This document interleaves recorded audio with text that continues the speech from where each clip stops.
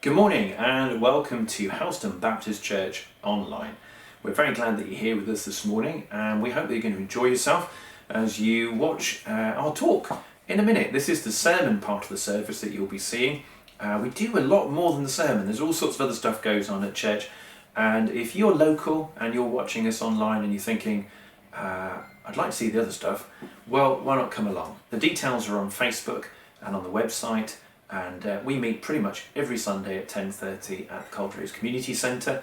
You'd be very welcome to come along. You have the advantage that you have already seen us, so there's less to worry about when you come. And for now, we're going to watch the sermon part of the service. This is the Bible talk, where we open up God's Word, try and explain it so we understand it, see what it says to us. And so it's a big help in our lives. So we hope you enjoy this morning's video. Thanks for joining us. In a little while we're going to be reading a little bit from John 4. Not entirely unrelated, believe it or not, to Christmas, but not exactly Christmassy. So if you've got a Bible, you might want to turn there. In olden days, by which I mean probably the first half of the time I was working in churches, it was fairly standard for the fella who had been preaching after the service to go and stand at the door and shake people's hands on the way. You remember some of you have never seen this, have you? But this used to be absolutely standard. And so every Sunday, say the benediction, everybody sit down, everybody keeps quiet for a bit. You know, I don't know how we all know how to do these things, but we all somehow know that's what you do. And then lurk off to the door, ready to shake hands with people as they left. And we'd always say, "How are you?" And in the 1990s, I would say the most prevalent term that I heard as a response is, well, busy, busy. And what I've noticed over the years is, not that we do that anymore, but if you ask folk how they are, I would say, and this is not scientific, this is anecdotal and maybe wildly inaccurate, but I would say that the most common phrase has turned from busy to tired. I would say less people are saying they're busy, even though they are, and most people, more often, you're going to be super sensitive now, aren't you? Are saying tired, frazzled, it's just relentless, it never stops, I'm drowning. And I would think that's, I know this is a one-person survey, so it has very little scientific merit, but I think that things have changed. And I would say that was the most common change. Busy to tired, everybody is always tired. So what's changed? Is it true? Is that, maybe you think my perceptions are off, but I reckon you're probably saying, no, that sounds about right, I always feel tired. So what is it? What's happened? Is it that life has got harder? Well, you know that I don't think that, because whenever that comes up as a discussion, I say, no, I don't think life has got harder. Here in Cornwall, you can just think of the tin miners down in the dark for like 12 hours a day, breathing in arsenic and goodness knows what else. If this was back in the Black Country, it wouldn't be so much the mining, although there was mining. It would be people working in the foundries, in the tinners, the tin house, who would stand next to a blast furnace for 12 hours a day. And they would say, when I used to visit folk, back when the Industrial Revolution was still going, which it was up until about the 70s, they would say, well, I'd come in from work and I'd take off my overalls could stand up by themselves. They'd literally stand up by themselves because of the amount of sweat that they had poured out of them all day into their overalls. So a lifestyle like tin mining or the tinners, and no healthcare, no holidays, no double glazing, no social mobility. I don't think life has got any harder. I don't think that's what it is at all. And of course some of those conditions I've just described to you are very current in many places in the world. It might be in the past for us, but it's not for millions of people. So what else might it be? Let me give two other possibilities. Secondly, something in modern life has changed so that we're affected differently. That's another thing. Something about modern life is different, so we're affected differently. Well, thirdly, it's just internal. We feel differently. So I don't think it's the first one. I think if you sort of blend the next two, I think that's what it is. Life was very hard in the past, but life consisted of about 4 moving parts. Life is probably overall easier for us now here in the West, but now life consists of about 40 moving parts. And I think that's what's wearing us out. There are so many plates spinning compared to 50 years ago, where life was hard, but you probably only had a few plates. Well, that's all you could afford after the war, wasn't it? So you'd only be spinning a few. But now, we're just spinning so many things all the time, we can't keep track of it. You know, probably our grandparents did not have daily planners filled with hundreds of little boxes to make sure that we could keep everything in the right place. They went down the mine, they went to the tinners, they went to work in Woolworths, and they came home again. We've got all these things going on. And the other part of that is, we'd like to stop the plate spinning, but we're frightened because we're not sure which plate, if it fell off, would be safe, and which plates, if they fell off, wouldn't make any difference. So we keep running around, keeping all the plates spinning, and we're tired. There is a potential sermon on simplifying life. That's not this sermon. This sermon is, I called it Coming Up for Air. Because it might be that we feel like we need to come up for air. It might be that you felt the Christmas holiday was going to be a time for coming up for air, and actually the last week has gone through in a blur and you can't remember any of it. You don't feel like you've come up for any air at all. And maybe begin to think that going back to work might be your holiday. So if we've come to the end of our holidays, and we're looking into a new year, into 2025, are there some things that we might think about doing to start the year that would put oxygen in our lungs? Life is not more difficult, but it's more complex, and we seem to be breathless all the time. What could we do about that breathlessness? And give you some thoughts. Some of them are straightforward, some of them are non-controversial. One or two you might find slightly offensive. You'll have to let me know afterwards. We'll see where we go. I want to start with number one, natural resources. God has provided things in creation that are restorative. That's what we really want. We want restoration, we want refreshment, we want nourishment, we want to feel restored within. I think many of us have fallen into the trap that thinking more sleep is the only answer. Okay. Now, you can say, well, that's all right for you, mate, you're not as tired as me. So 4 years ago, something gave out my back and my hips, and I've been in pain every day ever since. So a good night for me is only waking up 4 times a night in pain and having to rearrange myself. That's a good and average night.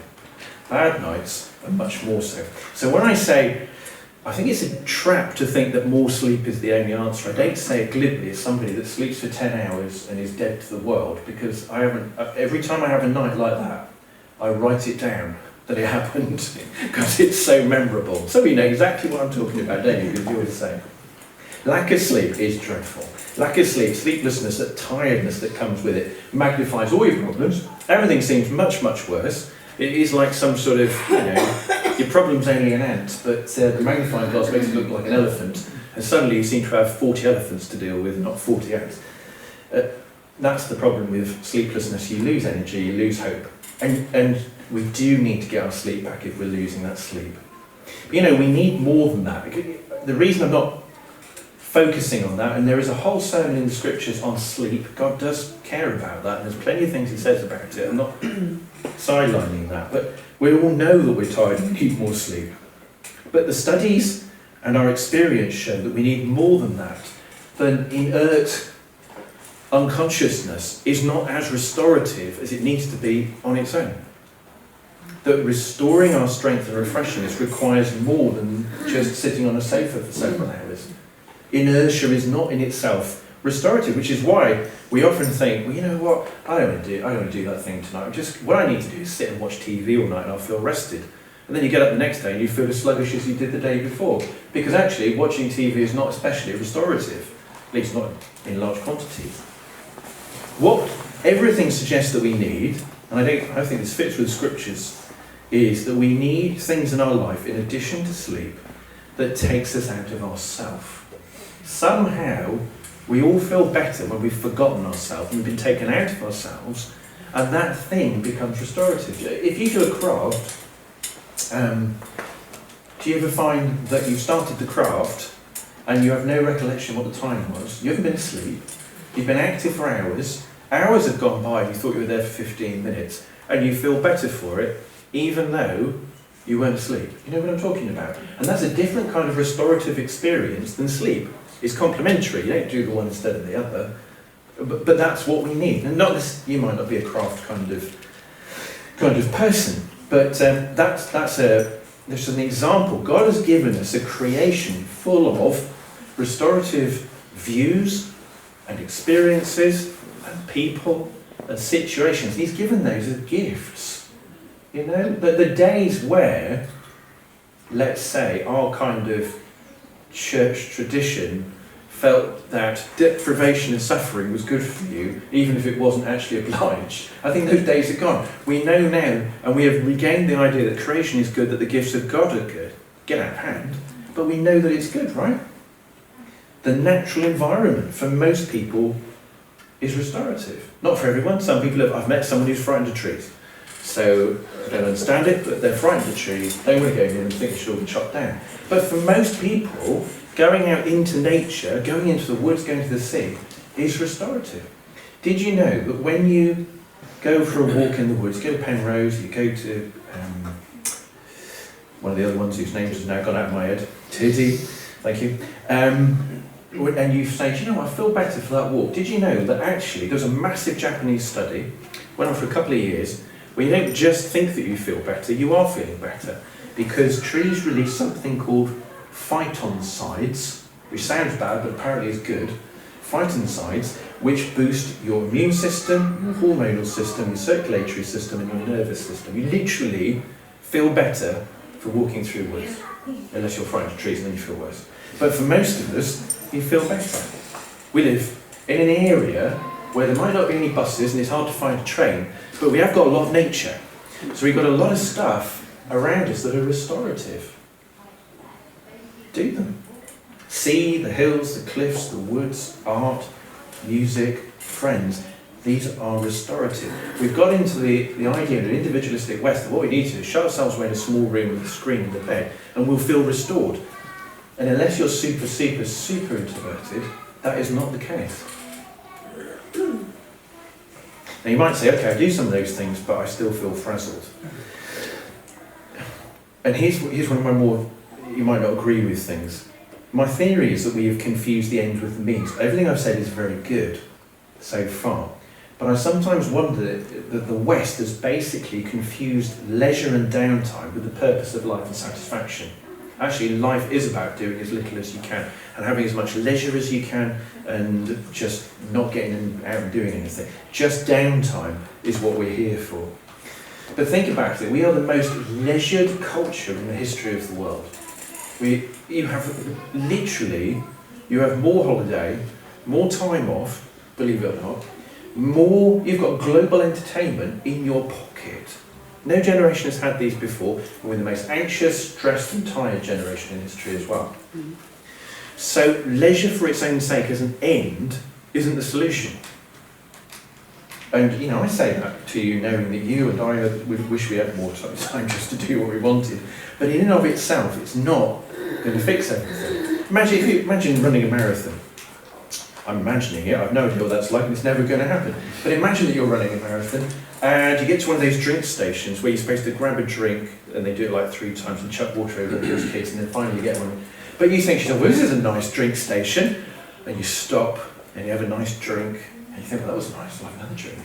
And you have 2 or 3 drinks and you see they've got some chocolate bars and you have those in a chair, then 10 minutes sit down. And you think, right, now you've got to get up and run the race. Of course, the problem now is you're sluggish, everything's gone cold, you're full of chocolate bars, you need to stop for a wee every 10 minutes now, aren't you? So you're not going to get there, you're miles behind. And what's happened is you've confused the boost with the purpose of what you were doing. You've confused the pause to restore you with your destination. And now you're finding things, and I think that's what leisure has done to us. We've actually become less able to do things, less energy, because of the leisure industry, which is massive. I think we've confused leisure with what leisure is for, instead of what it's supposed to do, and we've put too much weight on it. Again, another sort of anecdotal statistic. Those of us who are old enough to have grown up prior to the 1980s, 50s, 60s, 70s, we might never have had a holiday growing up, because not everybody did they? Not everyone could afford it. Some people were too miserable to go, but a lot of people couldn't afford it. Get to the 1980s, into the 1990s, and probably most people are having one holiday a year. And moving into church work, I watched the 1990s unfold at that point, where personal wealth increased, and on the whole. And we were in an urban, professional area, so you get to see it quite clearly. So you start in the 1990s with one holiday a year. You'd lose people for a week in the summer. Then you'd lose them for 2 weeks in the summer. Then as you move towards the end of the 90s, it was 2 weeks in the summer and 1 week at Easter or May half term. By the time you get to the early noughties, it's 1 week at Easter or half term, 2 weeks in the summer, 1 week in the autumn. The only half term that was sacrosanct and nobody went away was February. But we're now up to 3 holidays a year. Now, if leisure is everything, and I've just realised how many leisure industry people there are in the room. This is not an attack on the leisure industry. But if leisure was everything, everybody would come back from these now 3 holidays a year and they'd look so much happier and more rested than the people that only had 1 10 years previously. And what was the real situation? Within a week, they were all as tired as they were before and saying, oh, it's just as if we haven't gone away. Not because holidays aren't good. Holidays are good. Holidays are good. I love holidays. Really, I do. Only I could get on one successfully. So holidays are great. But what we've come to do is place all of our weight upon them as if this is the answer to everything. And actually we need something more sustainable and more sustaining. We need to come up for air. We feel like we're losing oxygen. We feel breathless. But I think we need to breathe. And I think we need to breathe the air of heaven. I'm going to read some verses from John chapter 4. First of all, verses 13 to 14, and then verses 27 to 34. John 4, 13 to 14. So this is the meeting with the woman at the well in Samaria. Jesus is tired. That's as near as we're going to get to Christmas. Look, his incarnation is real. He's tired and he sat down. And then verse 13. Jesus said to her, the woman at the well, "Everyone who drinks of this water will be thirsty again. Whoever drinks of the water that I will give him will never be thirsty again. The water that I give him will become in him a spring of water welling up to eternal life." Down to verse 27. Just then his disciples came back. They marvelled that he was talking with a woman, but no one said, "What do you seek?" or "Why are you talking with her?" So the woman left her water jar and went away into the town and said to the people, "Come see a man who told me all that I ever did. Can this be the Christ?" They went out to the town and were coming to him. Meanwhile, the disciples were urging him, saying, "Rabbi, eat." But he said to them, "I have food to eat that you do not know about." So the disciples said to one another, "Has anyone brought him something to eat?" And Jesus said to them, "My food is to do the will of him who sent me and to accomplish his work." Jesus is working long days. He's being followed around by thousands of people. He's having demands placed on him all the time and he's weary. So what does he do? Well, first of all, he makes use of the providence and creation of God. He sits at a well. Everybody likes sitting next to a well. So he's sitting next to a well. He has a chat. He drinks water and he lets his friends go and do the work for a bit by going to the town to go shopping. That sounds like a good thing at Christmas, isn't it? I'll sit here, you will go do the shopping. Great. So you see, making the use of natural resources. In the process of this, in the conversation, he says in verses 13 and 14 about the water that he can give. This lady's been here to draw the water from the well, but he says, verse 14, "Whoever drinks of that water that I will give him will never be thirsty again." There's 2 kinds of water here. There's 2 kinds of things going on because there are 2 kinds of thirst and therefore there are 2 kinds of refreshment. Can you see this? So the woman is out in the heat of the day, Jesus is thirsty, there is that kind of weariness and thirst to which you need the natural provision of water, a physical provision. But Jesus says there is a different kind of thirst, a different kind of weariness for which you need a different kind of water, a different kind of refreshment. What I think we've been told to do in the West is think that there is only one kind of thirst and therefore only one kind of solution, when there are really 2 thirsts and therefore 2 solutions. So what we've been doing with just sleeping and leisure is just dealing with the one kind of thirst, but trying to heal both kinds with it. We're using the one kind of water for both thirsts. We're just treating one problem.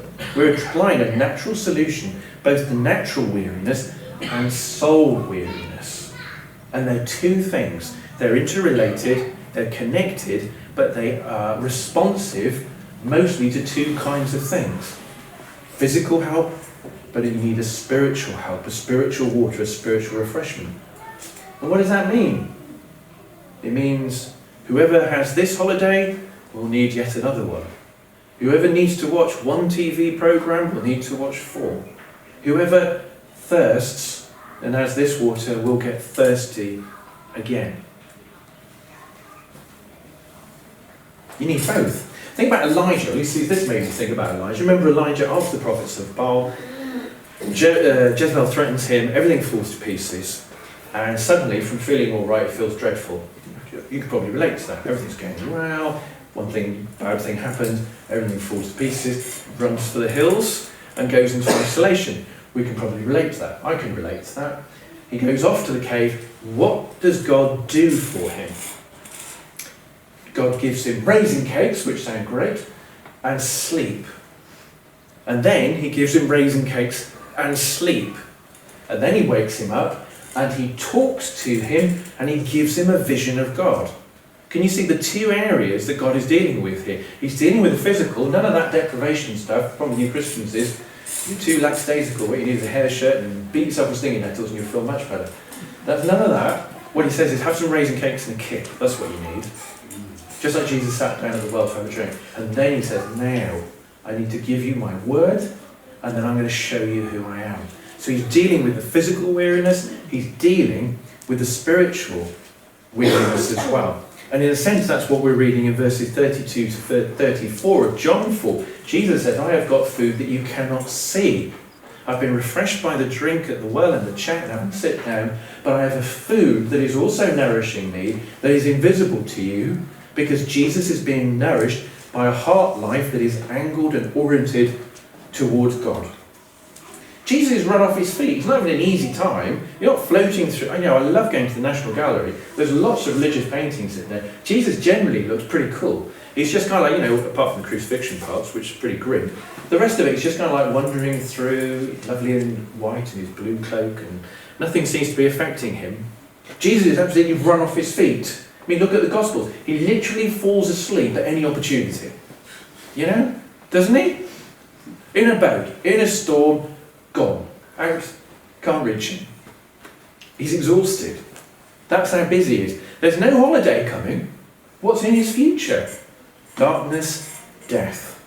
And yet he's strong. And I would say he's strong because of who he is, because he's coming up to breathe the air of heaven. He's saying, I have a food that you don't see. There is a water that is not water. Jesus was given the Spirit without a limit. And there is a food that you do not see, which is living a life for, towards, and through God. And nearness to God, living from in word and deed and thought and service, has nourished his heart. So we need sleep, we need cliffs and sea and woods and books and paintings and friends. But that's not enough on its own, because there is a soul weariness that our society is failing to diagnose. And we actually have an answer to that. Because what we need is a nearness to God and a life lived in a Godward way, which can be tiring, and yet somehow strangely is invigorating inside. Have you ever done a Christian mission? Have you ever done a holiday club where you are absolutely flat out for like 4 days? And at the end of it, you're physically tired. But you're not tired inside, are you? It's like, maybe my adrenaline won't switch off. But it could be just that the sheer activity of doing something for God that turned out to be so enjoyable that the tiredness somehow is offset by the energy. Do you know what I mean? And here's the painful irony of life today. Often when we feel exhausted and when we feel under pressure, it is the spiritual side of our life that goes into recession. When things are too much, when we feel suffocated, when we haven't got time, when the plates are spinning, we just feel we've got to create space. And yeah, of course we have to. That's absolutely the case. How? Well, we need to cut something out. The problem with a lot of those things that we've got to cut out, if we cut them out, we'll get glared at, we'll get blamed, we'll have resentment, we'll get trouble. What can I cut out where none of those things will happen? Oh yeah, time with God, time at church. Because time with God, who's going to get cross with me? God, I suppose, but he's gracious. And if I said to work, I'm not going to come in and do this extra bit, or I said I can't do that other thing, I'm going to get in trouble. But if I drop church, everyone's got to be nice. They can't tell you off, or they're in trouble. Win-win. And so we say, okay, well, that's something that could give. Over the years, lots of times I've heard people say something like, I may have said the same thing, I wasn't there because I needed a walk in the woods more than I needed church. No, I don't think that's what happened. You do indeed need a walk in the woods more than many things. It was just church was the easiest thing to swap out. Do you see what I mean? You can get across to me afterwards, it's absolutely fine. I was wondering about saying this. And I measure it against myself as well. You drop the things that you're not going to get in trouble for. We say we're not getting anything out of our quiet time during this time of difficulty, so we're just going to go and relax instead. What does relax mean in the 21st century? It means doom scrolling, that's what it means. I'm only going to do my quiet time. Actually, before I do that, I'm going to relax with my phone. Yeah, because that always works. Yeah, let's go clicking through things online. Oh, tiny dopamine hit. Now I can't sleep because I clicked on that medical article that suggested that weird itch that I'm having is actually the same itch as the person here who exploded. So I'm probably never going to sleep again.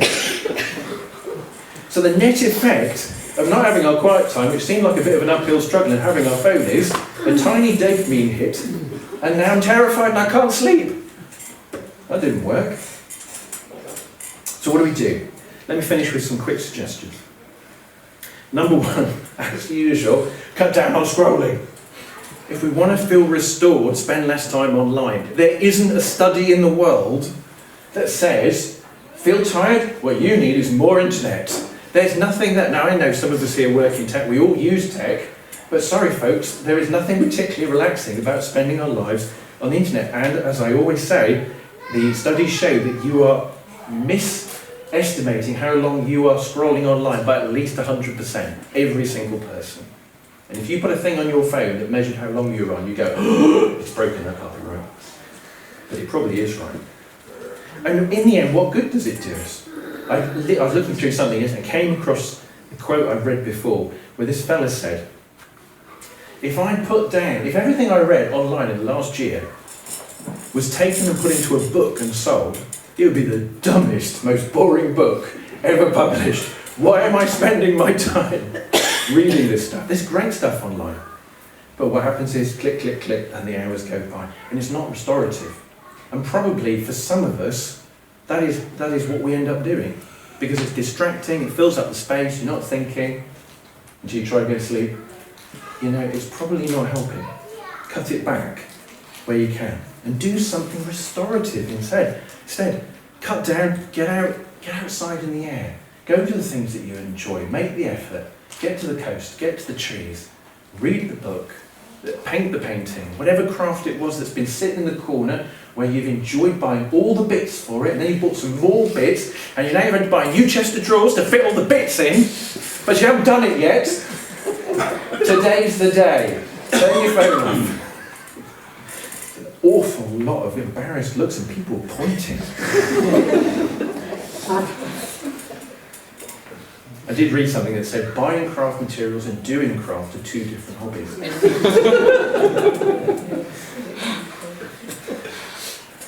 Go and do something restorative. Secondly, pray. Is Jesus the wisest man that ever lived? Yes. When he was under pressure, what did he do? Pray. What's praying? Speaking into heaven. If you're speaking into a place, you're breathing in the air of it, aren't you? We need to breathe the air of heaven, and prayer is going to be key. Martin Luther was legendary for his prayer life, and he was asked what did he do on a really busy day, and he said, on a really busy day, I say to myself, this is a really busy day, I'll have to pray for 3 hours before I start. Martin Luther said a lot of things, some of which we should probably forget, but much of which was very peculiar to his personality, but you get the principle. He was a very different kind of person. I'm really busy, I need to pray more. And when we don't cast our cares on God, who's carrying them? Feeling weary? How many of them are you carrying because you didn't pray? We need to breathe the air of heaven. Thirdly, we need to get into the Word of God more and more. Start of the year, you'll notice if you ever look on our social media for church, this is the time where we start putting on, here are reading plans, here are books that you can get. Have a look if it's time to reboot and kickstart your quiet time. What does Jesus say in John 6:63? Let me ask you a question. Do you need more life inside of you or less life inside of you to help? I'm going to guess you're going to say more life. John 6:63. It is the Spirit who gives life, the flesh is no help at all. The words that I have spoken to you are spirit and life. So Jesus talked about the living water, which we know is the Holy Spirit, that gives life.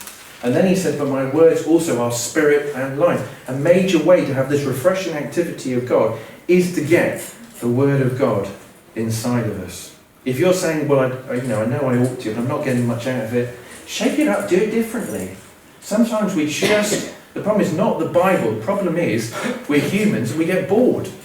And we need to overcome our own tendencies. I think my life has been one long chess game that I'm playing with my own brain to outwit it from all the stupidities that it forces on me. And so I've discovered this is really working well for a quiet time. But I now know, 18 months' time, I'll be going, I won't get anything out of this. Well, what do? Just change it.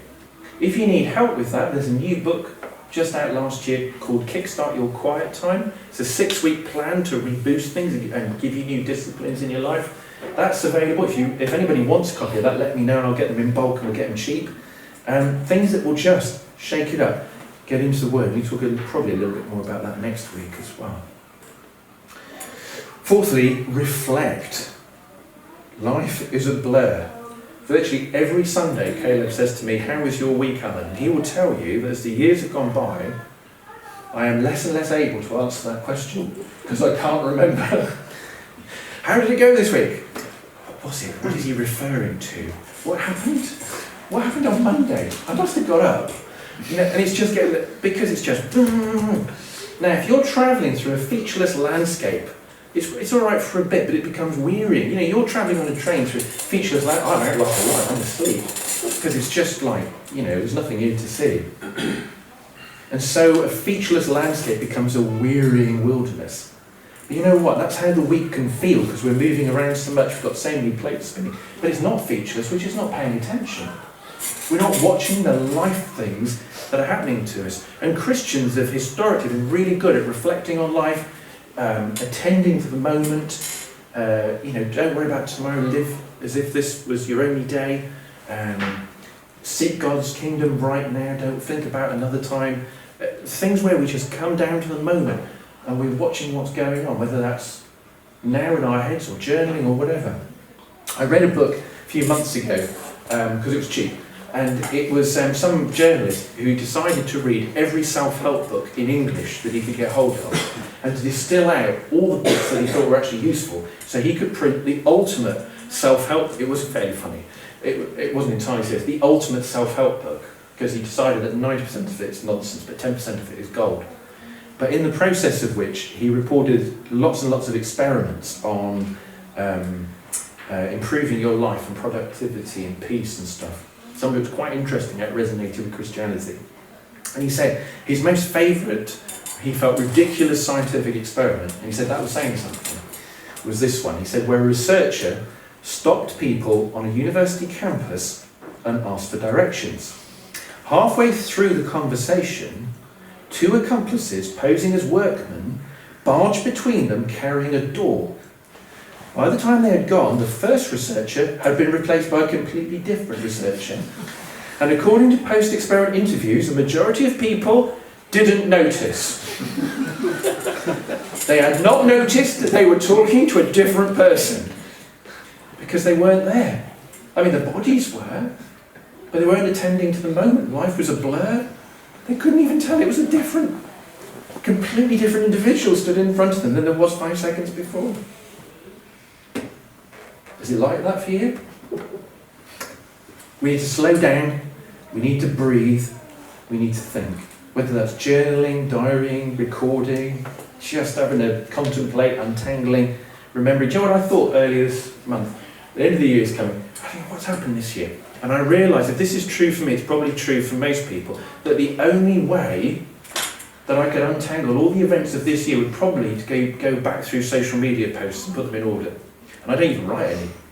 And that'd be my only hope. Probably reading other people's social media posts. Or scrolling through 5,000 photographs on my phone that I'll never look at again. That's where it's not in here anymore. We're outsourcing it to social media, to our phones. We're not remembering.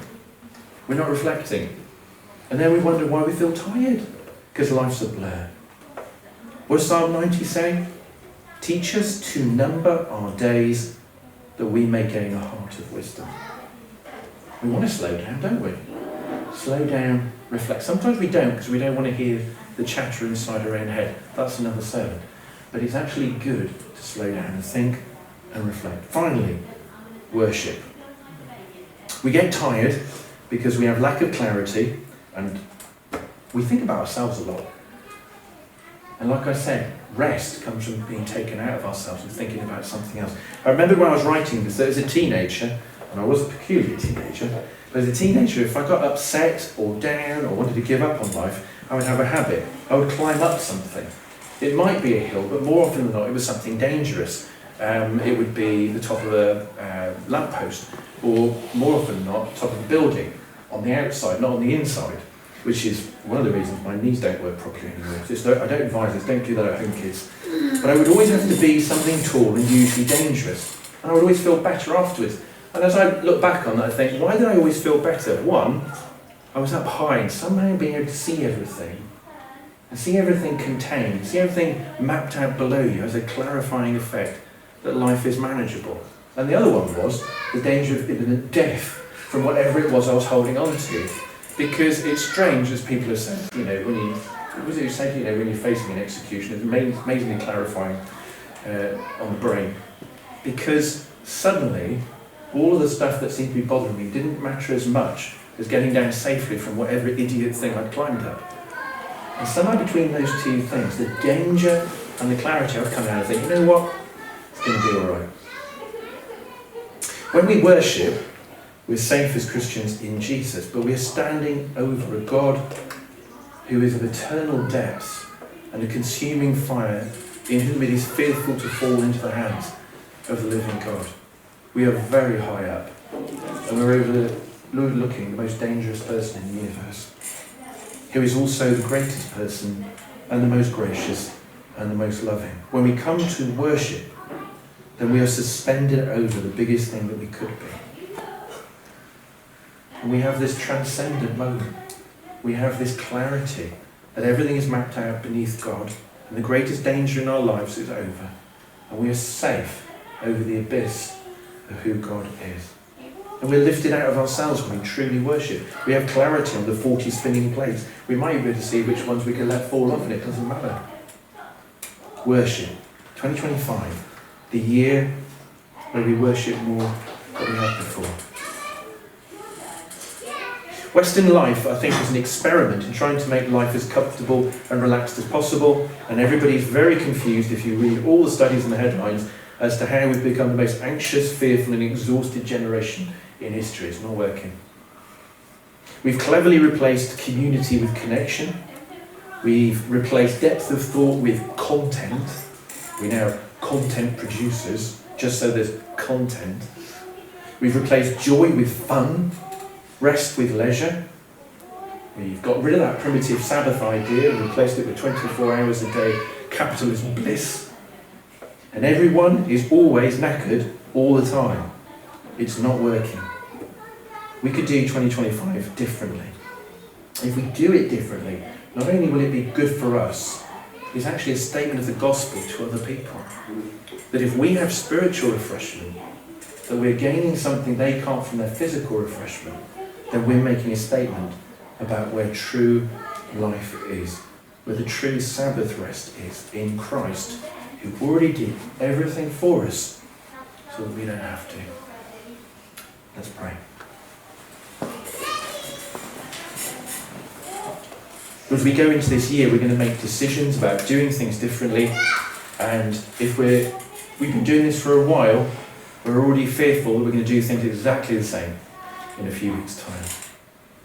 And I pray this morning for all of us that there will be the strength and the vision and the faith in you and the clinging to your word and the growth in prayer and worship and the enjoyment of things that you have given to us that will overwhelm us and give us that strength and discipline and determination to do life in a way where we breathe the air of heaven and we look like people who know the joy of the Lord is our strength. But I pray for the weary here today, which is probably everyone in one way or another. The weary physically because we don't sleep anymore. The weary spiritually because we got it wrong again. the weary emotionally because it's been some horrible time or difficult year, the weary of ourselves because we keep tripping them. And we come to you, and we sit at the well with you, and we ask that you would draw the water that is living, the water of the Spirit, and that you would refresh us. And that we would hear your word, because your word is spirit and life, and the things the world is trying to give us peace and rest with only cater to the body. And if we drink that water, we will need to drink again. We come to you and ask that your Sabbath rest, the Sabbath rest that is Christ, will be the Sabbath rest of our hearts. In his name, amen.